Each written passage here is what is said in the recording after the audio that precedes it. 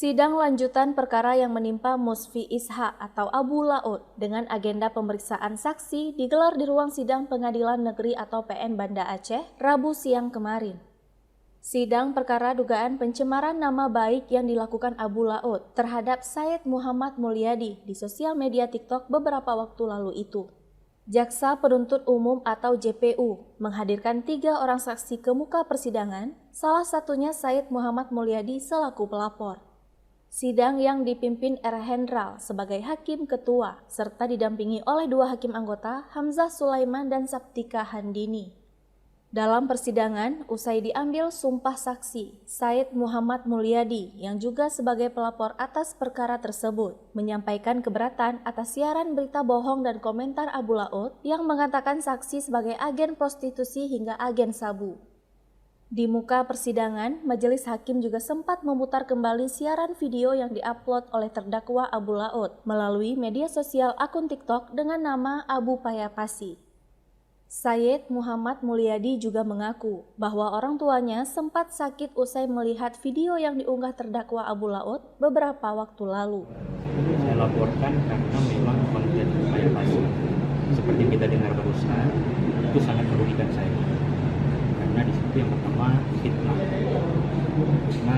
hasil agen sabu, prostitusi, becet, dan yang paling saya marah karena melibatkan orang tua saya.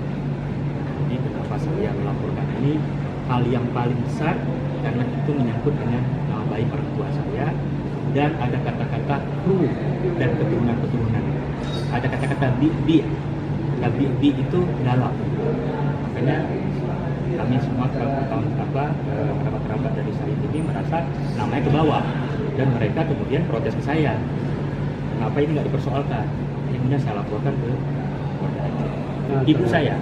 Ibu saya, mungkin nanti abang saya sebagai saksi akan memberikan keterangan itu tanggal 31 malam. Ibu saya di kamar sebelah, saya nggak tahu ibu saya jatuh. Bahkan abang saya yang di luar rumah datang, ibu saya udah nggak bergerak. Tensinya di atas 220 dan itu benar-benar mengkhawatirkan. Jadi akibat dampak ini selain dampak fisik juga dampak psikologi. Kuasa hukum Abu Laut Mahadir mengatakan, hingga saat ini Abu Laut masih sangat gentle menghadapi persidangan yang sedang dijalaninya. Untuk persidangan tadi itu kan kita cuma ingin mengkonfirmasi bahwa ini betul nggak, bahwa ini adalah karena di dalam dakwaan ini disebut ada rangkaiannya ini adalah reaksi daripada pernyataan dari korban sendiri yang sebelumnya itu ada di Iskambi, kemudian ada di beberapa podcast dan kemudian diupload secara masif bahwa disangkakan bahwa ini ada tramadol, ada jualan tramadol, dan teman kan juga menjelaskan itu dari bahwa majelis hakim kan juga mencoba mengkonfirmasikan itu bahwa ini adalah akibat dari sebelumnya. Kalau soal minta maaf kayak gini ya, kita coba teman-teman cek di media sosialnya korban, termasuk di TikToknya korban itu ada video, ada foto, kemudian ada isi suara yang kemudian diposting. Nah kalau model-model kayak gini cara kerjanya kita kan juga khawatir. Ya saya pikir kayak gini lah, Abu Laut juga cukup gentleman lah. Kalau perdamaian saya juga nggak bisa bilang tapi sampai detik ini kita hadapi proses hukumnya secara gentleman.